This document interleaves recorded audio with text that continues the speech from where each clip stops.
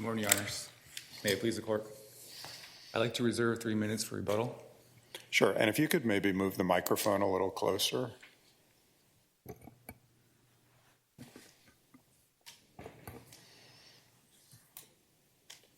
Okay. Thank you. As an initial matter, we're here to resolve a legal issue which has already been resolved by this Court. In Fonseca v. Garland, the Court decided which standard of review was appropriate for a motion to reopen based on a denial, which was using a prima facie analysis. That's the case here. We have the petitioner, Ms. Arreola Pina, who has asked the BIA to reopen her proceedings based on new evidence of her qualifying relative youngest child having autism and significant disability related to that autism diagnosis. The court, or the BIA in this case, used the standard of review, which is appropriate if the agency had intended to deny on discretion. It could have denied on discretion, but here it denied on a prima facie case. It specifically stated as much. The court does not need to conjecture or look at the details of the analysis that the BIA stated, specifically the prima facie denial. Supporting that is the analysis which the BIA conducted regarding the hardship. Now, a significant distinguishing factor from the Fonseca case is that here, the respondent's case for cancellation of removal has already been denied on discretion. However, where the agency didn't address that, that's not an issue before this court. But we do want to address it here because it is not a matter of ping-ponging back and forth between the agency and this court. There is a real case here for discretion purposes, as well as for hardship purposes. There are 3 factors which we would like this court to consider in reviewing the discretion analysis. The way that we ask this court to consider that is in 2 different ways. One is a due process violation for the underlying case had there not been a motion to reopen. And second is there's new evidence. So jumping straight to those 3 new factors, or those 3 factors. First, we have the new evidence that the petitioner here, Ms. Arreola Pina, is the mother of a disabled child. She is the person who is caring for that child who has level 2 severity autism. Mr. Arreola, can I interrupt you for a second? Yes. Are you asking this panel to consider discretionary factors related to the cancellation of removal determination or related to the motion to remand? Thank you, Your Honor. As an initial matter, we don't believe that the panel needs to even address that. This case can be remanded simply on the fact that the agency chose to review the prima facie case only. No, I understand. I understand the argument for Fonseca, but what you were discussing right now about the discretionary factors, what are you discussing them in relation to in this case? Thank you, Your Honor. I understand your question. We're asking the court to consider that in 3 different ways. First, and most importantly, is for the cancellation of removal application, as stated in the motion to reopen. Second, if the court finds that there's no good basis for the motion to reopen, the underlying application for cancellation or removal. And third, the voluntary departure. Well, let me ask this. Our ability to review discretionary denials is, as you know, very limited, only for legal or constitutional error. And I understand that you're trying to make a due process argument for our ability to review the discretionary denial. What is that due process argument? As an initial matter to address the court's first statement, the petitioner does ask the court to find that there is case law, specifically VERC v. INS, that acknowledges that this court cannot tell the agency which factors to consider, but where the agency left out significant factors that it has in the past considered, that this court can find an abuse of discretion. Regarding the court's question as to the due process violation, we ask the court to consider 2, and to be more clear, the due process violation, considering that there was no motion to reopen. There is a motion to reopen, but if we look just to the motion to reopen, or to the underlying petition, the petitioner's testimony in this case, specifically regarding her subjective intent when she committed the offenses which led to her felony convictions in Maricopa County Superior Court in Arizona. She stated, and the immigration judge found her credible, she stated that she was not aware of the illegality of her actions that led to those 3 convictions, from 1 conviction with 3 separate felonies. So her subjective intent is relevant. It's a mitigating factor as to her criminal convictions. How is- I'm sorry, I was just going to ask, how is that a due process issue? That just sounds like it goes to abuse of discretion. I'm sorry. No, I was going to ask exactly the same question. Thank you, Your Honor. We would ask the court to consider it a due process violation because, yes, we can, in other cases, ask the court to balance factors, and that's improper.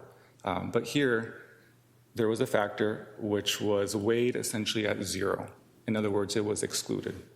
So here, her subjective testimony, which was found credible, was excluded as a mitigating factor. And we do recognize that the agency has discretion to decide how much weight to give to that subjective testimony. But here, the BIA specifically stated that they chose to exclude that evidence, that they would not. The BIA specifically said, you made this argument that the IJ should have given more weight, but the IJ was not required to accept her testimony in this regard, even if he viewed her as generally credible.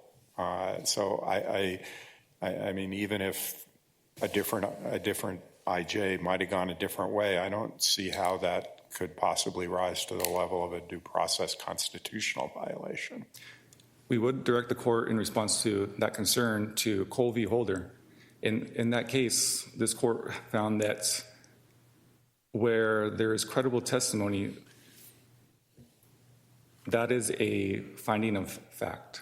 Here, Well, but Cole is not a discretionary ground. I mean, if I remember Cole, it's related to substantial evidence review, and it's a different review of the agency's determination. yes. In here, you have something where there's different evidence, and the agency, as a matter of discretion, can weigh it in different ways. And even if you're right that they weighed it at zero, it's just weighting. I'm still trying to understand why that would be a due process violation that we could review, as opposed to a discretionary decision to weigh evidence differently, which we couldn't review.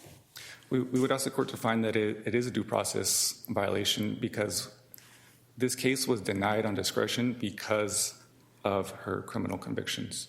And rather than just leave it as that, the agency found, the immigration judge and the BAA both found that the petitioner's testimony in court was an aggravating factor to her convictions. We asked the agency to find it a mitigating factor. And by excluding that testimony evidence, which was credible, that has a significant impact on the outcome of the case. It's exclusion of relevant facts, which the BIA argued should not be considered, or held should not be considered. If they intended to do that, they should have found her not credible. Well, I mean, assuming we agree with you that there was a violation under Fonseca, we would remand it back, and then the BIA can look at the motion to remand again. And wouldn't there be an opportunity for the BIA to decide whether to apply discretionary review or not at that point? Correct, Your Honor. They could apply the new hardship the correct standard for the hardship determination, or they could choose to deny based on discretion. And that's why we would ask the court to look at the factors which were excluded from discretion. This is not a case that we want to be ping-ponging back and forth. This is a case that legitimately can be remanded by the agency. First is the excluded testimonial evidence. Second is the fact that the petitioner is the mother of a disabled child. And third, this was not included in the briefs, but noticing this in preparing for arguments today, the BIA did address specifically family ties, family connections for U.S. citizen children. However, they left out more than half of the petitioner's family members, her 2 legal permanent resident parents, and 6 siblings and various nieces and nephews, which the immigration judge found were all amongst that group legal permanent residents and U.S. citizens. Those are significant family ties. That's a third factor which weighs in favor of discretion. The most important factor being that her testimonial evidence, which was credible, is her subjective testimonial evidence, which was credible, is a mitigating factor. That is what that discretion decision really is about. So even if we could review this, what would you want this panel to do on the discretionary review? At this time, we don't believe that there is something for this panel to do. These are alternative arguments. We would ask this panel to remand because the agency made a decision using the wrong set of laws. And that is where the analysis ends. These are alternative arguments in case there's a different finding by this court. Thank you, Your Honor.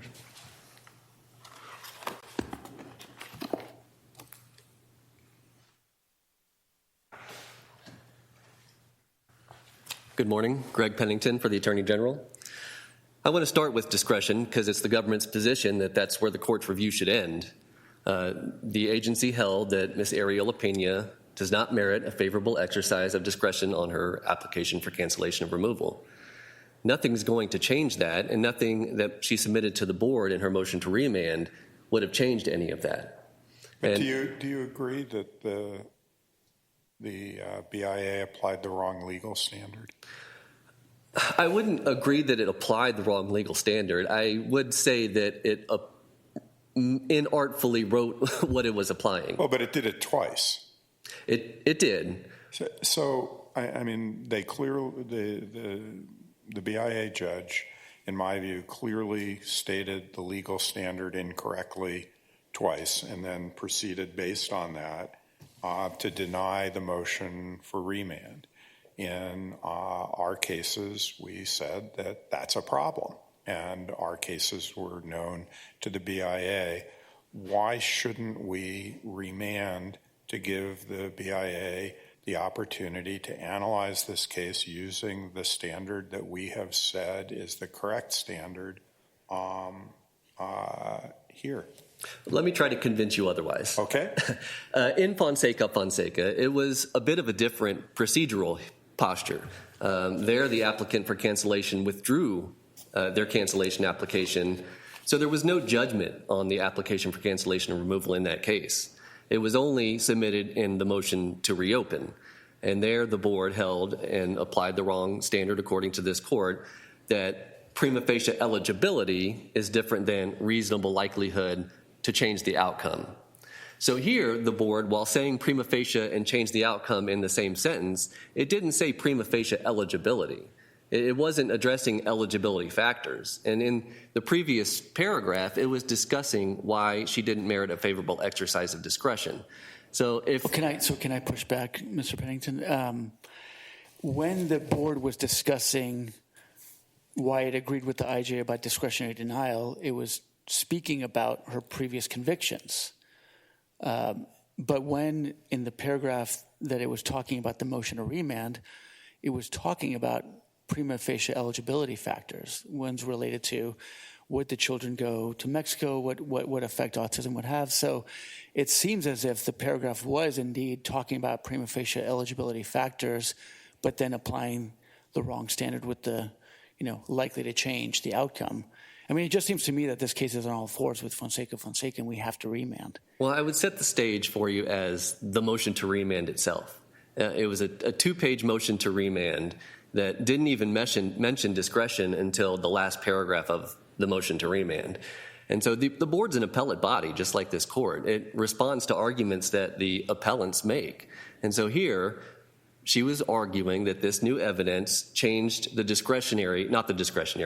the hardship outcome. Right. And so the board says, we disagree. It just shut down that argument, saying we don't agree that this is going to change the outcome of the proceeding. Because, one, I know the board didn't talk about the discretion in its denial of the motion to remand. Right. But I think that's implicit from its decision because it's in the same decision. The board's talking about why she doesn't merit a favorable exercise of discretion.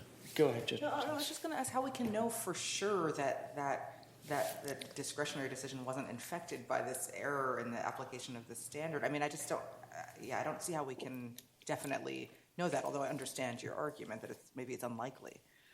Yeah, I don't think there's any way I can convince you that it was absolutely 100%. But the court applies traditional administrative principles, and harmless error is one of them. And here I would say that its lack of inclusion of that is tied directly to the motion to remand itself, not making any such argument. And if I could bring the court back to that discretionary judgment, most of it was tied to her felony convictions, right? She was involved in this, 42 count indictment regarding drug trafficking and money laundering. And in her testimony as to why she thinks that she didn't do anything wrong. And the IJ and the board, that was the whole negative aspect of the discretionary analysis. Although, counsel, I, at least from what I've seen, think it unlikely, or maybe even very unlikely, that if we remand, that the petitioner is going to prevail.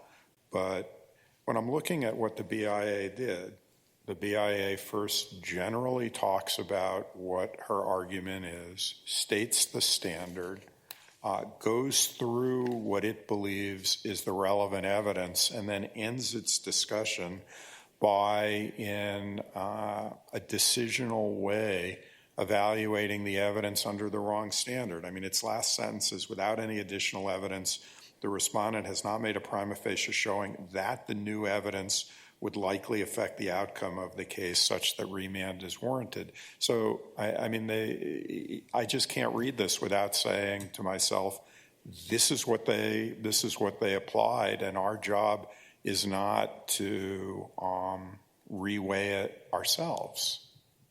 But at the same time, the court can uphold a decision that it doesn't have to reflexively remand anytime the board states the wrong legal standard. Well, actually, I was going to ask you, what authority would support that? Because it seems to me that this panel is bound by Fonseca, and part of that decision is that when the board has applied the wrong legal standard, we vacate and remand for the board to apply the correct legal standard.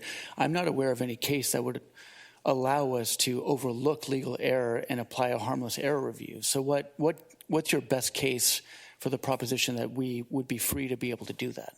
I would say Hernandez and Park, both of which we cited, and both dealt with, the futility of remand in particular. And again, nothing in the opening brief, there was no reply brief submitted to reply to my harmless error futility arguments. And, even in the opening brief, this is at page 19, they say, even if we get past if the board committed the wrong legal standard, even if the court disagrees with that, the only argument she makes goes to hardship. There's nothing she can do to touch the discretionary judgment that she does not merit a favorable exercise of discretion. Well, let me ask this, because the IJ did touch upon the fact that if her child was diagnosed with autism, that would be a different, at the IJ hearing, the diagnosis had not occurred yet. But I remember reading that the IJ thought, well, if there was a diagnosis, that would be a more serious medical condition. But because there's no evidence of that now, the IJ went with what it did. Who's to say that the agency doesn't consider the autism condition in conjunction with other evidence and decide not to exercise its discretionary denial? My point, and I'm not sure that's likely, but I just don't know that we can second guess what the BIA would do once we remand, without it explaining it for itself. Well, the IJ's discussion of the lack of a diagnosis went towards whether she met her burden for hardship. And so the alternative was that even if she met these standards, and as the Supreme Court and Patel and Wilkinson said, even if all the statutory eligibility requirements are met, the agency can just skip right over all those and just say that the applicant does not merit a favorable exercise of discretion.